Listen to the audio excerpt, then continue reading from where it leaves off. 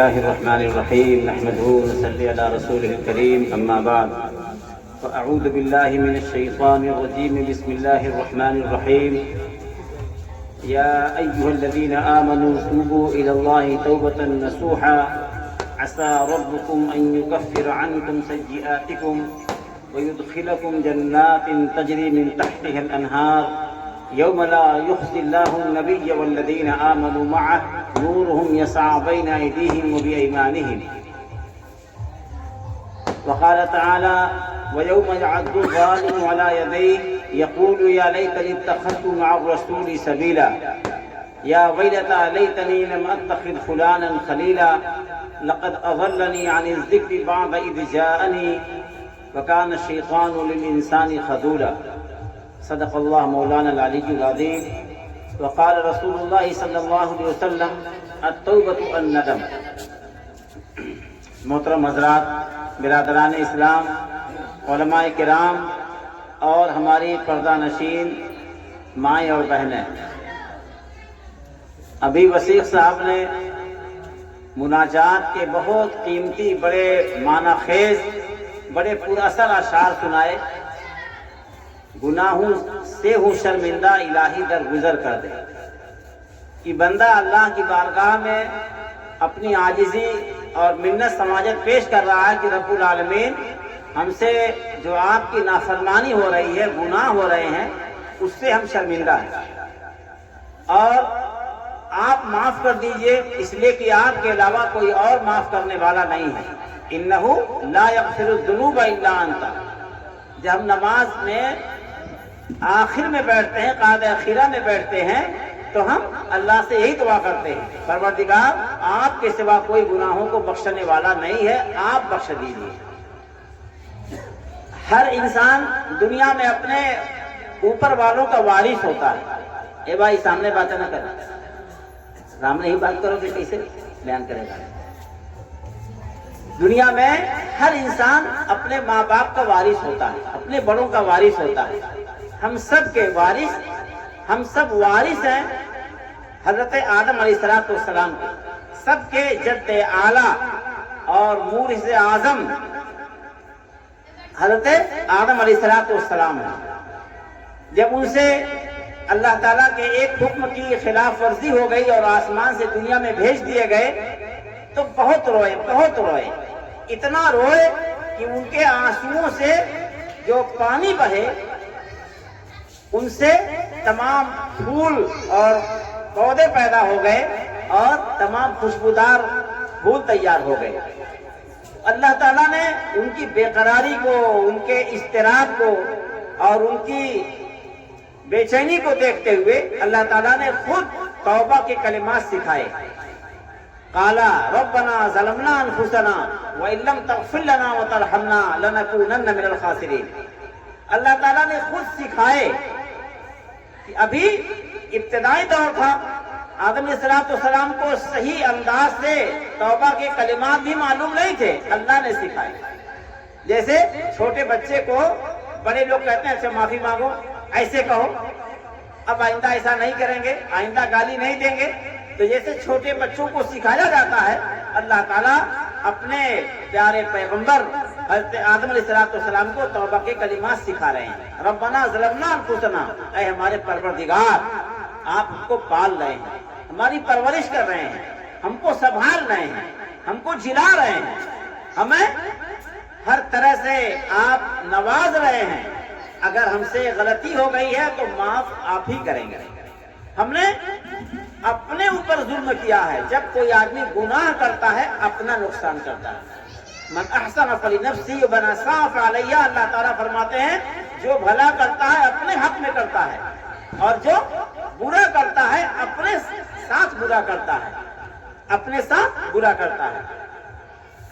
حدیث پاک میں دو بہت مشہور واقعے ہیں، بظاہر چھوٹے چھوٹے واقعے ہیں لیکن ان کا انجام بہت عظیم ہے. ایک بلی کا واقعہ اور ایک کتے کا واقعہ. بخاری شریف میں واقعہ ہے، ان امرأۃ دخلت النار بسبب ہرۃ ربطتها فلم تطعمها ولم تطعها تاکل من خشاش الارض. بخاری شریف کی روایت ہے کہ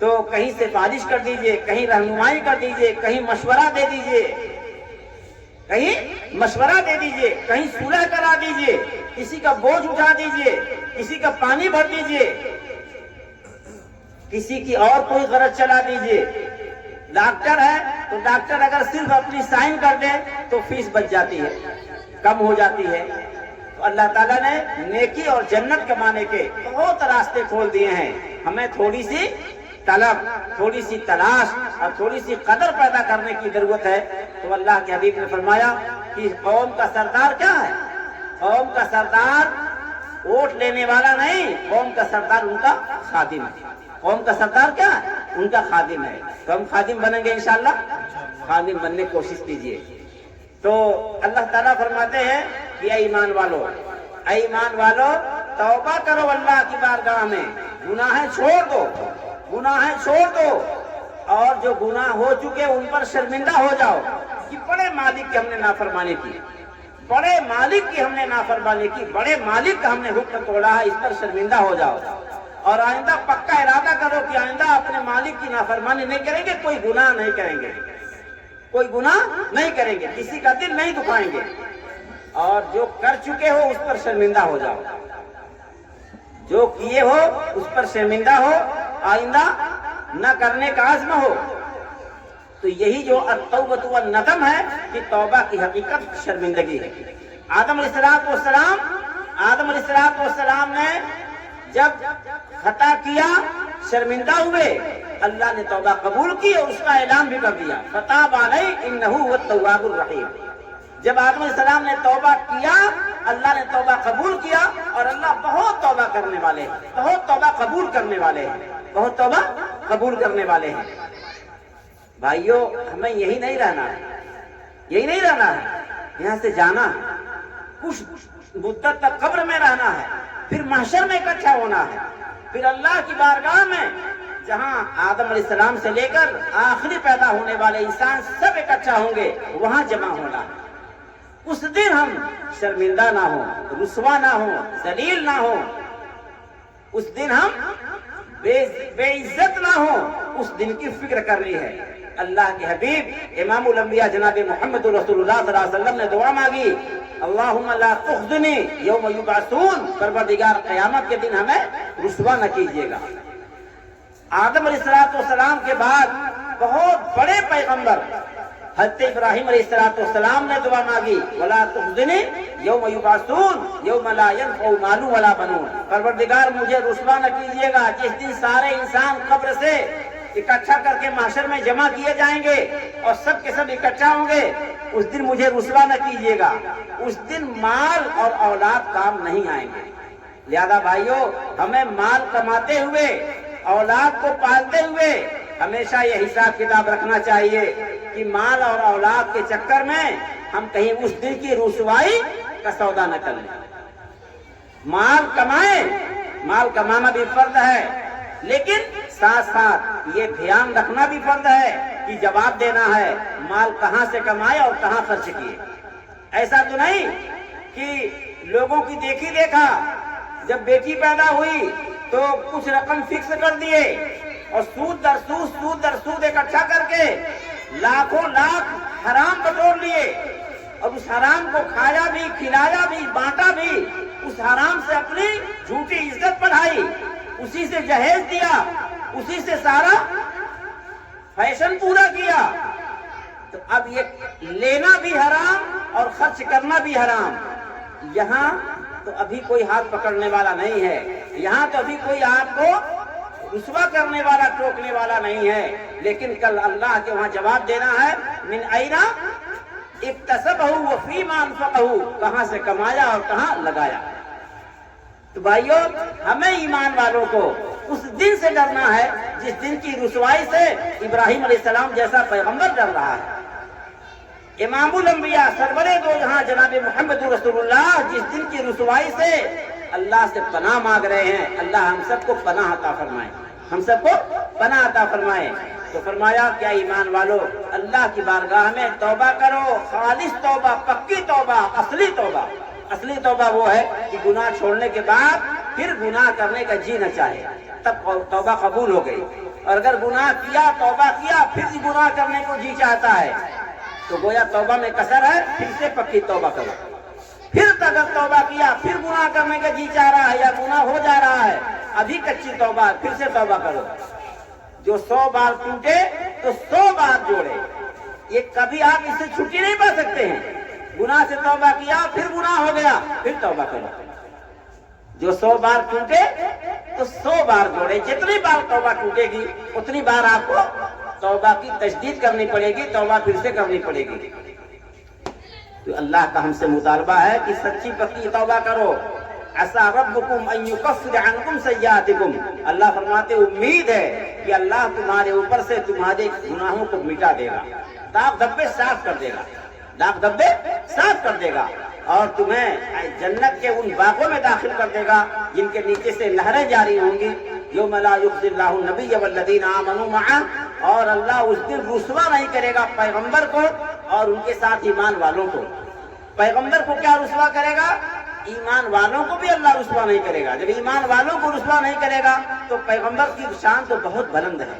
لہذا بھائیو ایک بڑا کام ہے کہ ہم جو بھی کریں، خوشی کا ہو، غمی کا ہو، امیری ہو، غریبی ہو، کوئی بھی موسم ہو، کوئی بھی دور ہو، کوئی بھی زمانہ ہو، کیسا بھی فیشن چل رہا ہو، ہمیں اپنے پیغمبر جناب محمد رسول اللہ صلی اللہ علیہ وسلم کی سنت کو، آپ کے نقش قدم کو اور آپ کے طریقے زندگی کو سامنے رکھنا ہے۔ رکھیں گے انشاءاللہ؟ ہاں، یہ جو ہم شادی کرنے جا رہے ہیں یہ کوئی اپنی ذاتی چاہت یا ذاتی پسند کا کام نہیں کر رہے ہیں، یہ اللہ نے طریقہ جاری کیا ہے۔ سارے انبیاء علیہ السلام نے، سارے نبیوں نے شادیاں کی ہیں۔ اللہ فرماتے ہیں وَلَقَدْ أَرْسَلْنَا رُسُلًا مِّن قَبْلِكَ وَجَعَلْنَا لَهُمْ أَزْوَاجًا وَذُرِّيَّةً۔ اللہ فرماتے ہیں ہمارے پیغمبر جناب محمد رسول اللہ صلی اللہ علیہ وسلم، ہم نے آپ سے پہلے بہت سے پیغمبر دنیا میں بھیجے اور سب کو بیویاں اور اولاد عطا فرمائے۔ لہذا شادی کرنا، بال بچوں کی پرورش کرنا انبیاء کا طریقہ ہے۔ جب یہ نبیوں کا طریقہ ہے تو یہ عبادت ہے، کار ثواب ہے، کار ثواب ہے۔ اسی لیے حدیث پاک میں نے بہت بار سنائی اور بار بار سنیے اور دل پہ اس کے نقش کر لیجئے کہ انسان جو غریبوں پہ خرچ کرتا ہے وہ بھی صدقہ ہے، جو اللہ کے راستے میں خرچ کرتا ہے وہ بھی صدقہ ہے، مسجد مدرسے میں خرچ کرتا ہے وہ بھی صدقہ ہے۔ سب سے زیادہ ثواب اس پیسے کا ہے جو جائز طریقے سے اپنے بچوں پہ خرچ کرتا ہے۔ اب آپ نے ٹی وی خرید کے دے دیا، یہ تو لعنت کا سامان ہے، لیکن آپ نے کپڑے بنوا دیے، خوراک ان کو دی، آپ نے ان کا علاج کرایا، آپ نے ان کو تعلیم دیا، آپ نے ان کو اچھا طریقہ سکھایا، ان کی ضرورت پوری کرنے کے لیے آپ نے اور اسباب مہیا کیے۔ آپ ٹھنڈک آ گئی ہے، اب گرم کپڑوں کی، بستر کی ضرورت ہے، آپ نے مہیا کیے، تو جو جائز خرچ آپ اپنے بال بچوں پہ کرتے ہیں ان کا ثواب سب سے زیادہ ہے، ان کا ثواب سب سے زیادہ ہے۔ تو شادی کرنا، بیوی بچے رکھنا اور اس سلسلے کی ساری تگ و دو، ساری محنت انبیاء علیہ السلام کا طریقہ ہے، انبیاء علیہ السلام کا طریقہ ہے۔ لہذا اب کاروبار کرنا، نوکری کرنا، ملازمت کرنا اور کمانے کی ساری محنتیں کرنا، یہ سب اسی کا حصہ ہوگا، سب پر ثواب ہے۔ بس ایک چیز یاد رہے کہ کہاں سے کمایا اور کہاں لگایا، اس کا جواب دینا ہے۔ یاد رکھیں گے انشاءاللہ؟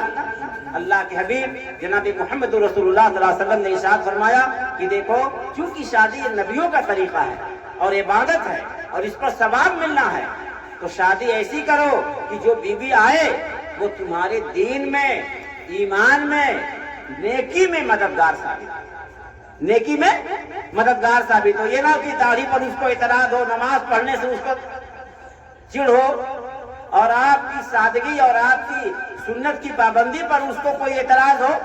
ایسی بے ایمان اور بدکار بیوی آپ کی دنیا اور آخرت کے لیے وبال بنے گی۔ اللہ کے حبیب نے فرمایا کہ دیکھو، شادی جو کرتے ہو اس سے تمہارا ایمان مکمل ہوتا ہے۔ اذا تزوج العبد فقد استكمل نصف الدين فليتق الله في النصف الباقي۔ حدیث پاک میں اللہ کے حبیب فرماتے ہیں، دھیان سے سنیں بھائی، ہماری ماں بہنیں بھی سنیں، کہ جب بندہ شادی کر لیتا ہے، کوئی مرد یا عورت شادی شدہ ہو جاتے ہیں، تو ان کا آدھا دین یہاں مکمل ہو جاتا ہے۔ آدھا دین انسان کا برباد ہوتا ہے شہوت اور گناہ بدکاری کے راستے سے۔ تو جب شادی کر لیا، حلال راستہ پا گیا، تو اس گناہ سے جو ایمان خطرے میں تھا وہ بچ گیا، اب وہ خطرہ ٹل گیا، وہ خطرہ کیا ٹل گیا۔ اب ایک خطرہ ہے حرام کھانے کا، اپنی خوراک حلال کر لے، اپنا کھانا اپنی کمائی حلال کر لے، اب اس کا ایمان مکمل ہو جائے گا۔ تو شادی سے بدکاری، زناکاری، حرام کاری کا راستہ بند ہو جاتا ہے، اور حلال کمائی سے حرام خوری کا راستہ بند ہو جاتا ہے۔ لہذا بھائیو یہ سمجھو جو شادی ہو رہی ہے یہ ڈھول تاشا بجانے کے لیے، آوارگی کے لیے نہیں ہو رہی ہے، اپنی آبرو بچانے کے لیے، اپنے ایمان کو مکمل کرنے کے لیے، گناہ سے بچنے کے لیے، گناہ سے بچنے کے لیے، اچھی پاکیزہ نسل حاصل کرنے کے لیے، اور اللہ کے حبیب جناب محمد رسول اللہ صلی اللہ علیہ وسلم کی امت میں اضافے کے لیے۔ ایک ایمان والا پیدا ہوتا ہے تو اللہ کے حبیب کی امت میں ایک فرد کا اضافہ ہو جاتا ہے، ایک فرد کا اضافہ ہو جاتا ہے۔ اگر آپ کو اللہ تعالیٰ نے ایک نیک اولاد عطا فرمائی تو اللہ کے حبیب فرماتے ہیں کہ زمین و آسمان سے بڑھ کر اللہ کے وہاں ایک مومن کی قیمت۔ تو اگر ایک ایمان والا، ایک نیک شخص آپ کے گھر میں ہے تو زمین و آسمان و ساری مخلوقات سے زیادہ قیمتی سرمایہ وہ ایمان والا بندہ، ایمان والا بندہ۔ بات سمجھ رہے بھائیو؟ لہذا جو ہم شادیاں کرتے ہیں یہ اپنا شوق پورا کرنے کے لیے، اپنی ہوس پوری کرنے کے لیے نہیں، بلکہ اس کا بڑا مقصد ہے پاک دامنی حاصل کرنا، اپنے ایمان کو مکمل کرنا، اللہ کے حبیب کی سنت کو زندہ کرنا، اور آپ کی نسل میں، آپ کی امت میں اضافہ کرنا، آپ کی امت میں اضافہ کرنا۔ تو اللہ کے حبیب نے فرمایا کہ جب انسان شادی کر لیتا ہے تو آدھا دین مکمل ہو جاتا ہے، بقیہ آدھے کے بارے میں اللہ سے ڈرے، اللہ سے ڈرے۔ اور اب جو ہے کہ جو شادی آپ کی ہوگی، شادی ہوگی، اس شادی میں ناچ گانا کرنا، جہیز مانگنا، سودا بازی کرنا، اپنی پسند کی فرمائش کرنا، یہ بہت پرلے درجے کی بے حیائی ہے، کمینگی ہے اور بدماشی ہے، بے ایمانی ہے، اور دین و ایمان کے خلاف بالکل ایک بغاوت۔ آپ سوچئے کہ اللہ کے حبیب نے فرمایا الدنیا کلھا متاع وخیر متاع الدنیا المرأۃ الصالحہ۔ ہماری ماں بہنیں بھی اس معاملے میں گناہگار ہیں کہ یہ مانگ کرواتی ہیں، ان کے دل میں بھی ہوتا ہے کہ بیٹے کی شادی ہو رہی ہے تو جہیز ملنا چاہیے۔ یہ ایک ڈاکہ ہے، ایک بہت ہی ذلیل حرکت ہے، بہت گری حرکت ہے کہ جب کسی کے وہاں مولانا ابھی بیان کر رہے تھے کہ بیٹی اللہ کی رحمت ہے، بیٹی پیدا ہوتی ہے تو اللہ تعالیٰ کے فرشتے دعا دیتے ہیں کہ کمزور جان ہے، کمزور جان سے پیدا ہوئی، اللہ اس کی حفاظت فرمائے۔ تو اب یہ بیٹی جس دن سے پیدا ہوئی ہے اس کی پرورش کرنا، اس کی تربیت کرنا، اس کی نگرانی کرنا، دوا علاج کرانا، تعلیم دینا، عزت آبرو کی حفاظت کرنا، پھر آپ کے حوالے جو آدمی کر رہا ہے گویا جگر کا ٹکڑا آپ کے حوالے کر رہا ہے۔ اب آپ وہاں سودے بازی کر رہے ہیں۔ اگر دینا چاہیے تو لڑکے والوں کو دینا چاہیے کہ زندگی بھر پال پوس کر کے اور اپنے آنکھ کی ٹھنڈک، آنکھ کا نور اور دل کا سرور، دل کا ٹکڑا آپ کے حوالے ایک شخص کر رہا ہے، اس کو انعام دو، اس کو انعام دو، اس کی دلجوئی کرو، اس کا اکرام کرو۔ الٹا یہاں کے الحاد کے ماحول میں، تحریت کے ماحول میں، دنیا داری اور فسق و فجور کے ماحول سے متاثر ہو کر کے ایمان والا بھی وہی بے حیائی کا راستہ اختیار کرتا ہے۔ آج ایک ہمارے کام کر رہا تھا مولانا کے وہاں ایک کاریگر، تو مولانا پوچھنے لگے کہاں کے ہو؟ کہا فلاں جگہ کے۔ کھاتے کہاں ہو؟ کہا ماما کے وہاں۔ تو میں نے کہا کہ کچھ حصہ لیتے ہو، یعنی کھاتے ہو تو کچھ مہینہ دیتے ہو؟ کہا نہیں، ہم لوگوں کے وہاں ماما کے وہاں پیسہ نہیں لیا جائے گا، یعنی ماما ہم لوگوں سے پیسہ نہیں لیں گے۔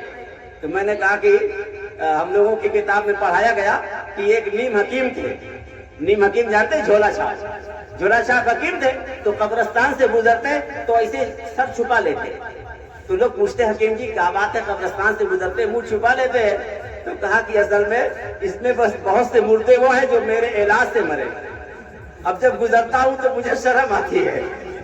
تو میں نے کہا کہ پورا حصہ بہن بیٹی کا ہڑپ لو اور ان کے وہاں پانی پیتے ہوئے شرماؤ، یہ جھوٹی بھکتائی ہے۔ ایمانداری ہے کہ پورا حصہ دو اور رشتہ باقی رکھو، وہ جائیں تو ان کو کھلاؤ اور اپنا ہو تو ان کے وہاں کھاؤ. یہ ہے رشتہ، یہ ہے قرابت، یہ ہے صلہ رحمی. حصہ پورا دو، میراث دو. اللہ نے تمہیں بھی حصہ دیا، ان کو بھی دیا ہے. ان کا پورا حصہ ہڑپ کر کے اور ان کی جڑ صاف کر کے، اور یہاں بتائی دکھاؤ کہ بیٹی کو وہاں پانی نہیں پینا. کیوں نہیں پینا؟ دشمن ہے وہ. اسلام کہتا ہے کہ اگر بیٹی محتاج ہے تو باپ اور بھائی مدد کریں گے، اور باپ بھائی محتاج ہے تو بیٹی خوشحال ہوگا، وہ مدد کرے گی. رشتہ دونوں طرف سے ہے. رشتہ کیا ہے؟ دونوں طرف سے ہے. حق دونوں طرف سے ہے. تو یہ پانی دانا چھوڑ کر کے یہ اپنی سادگی دکھانا یہ فریب ہے.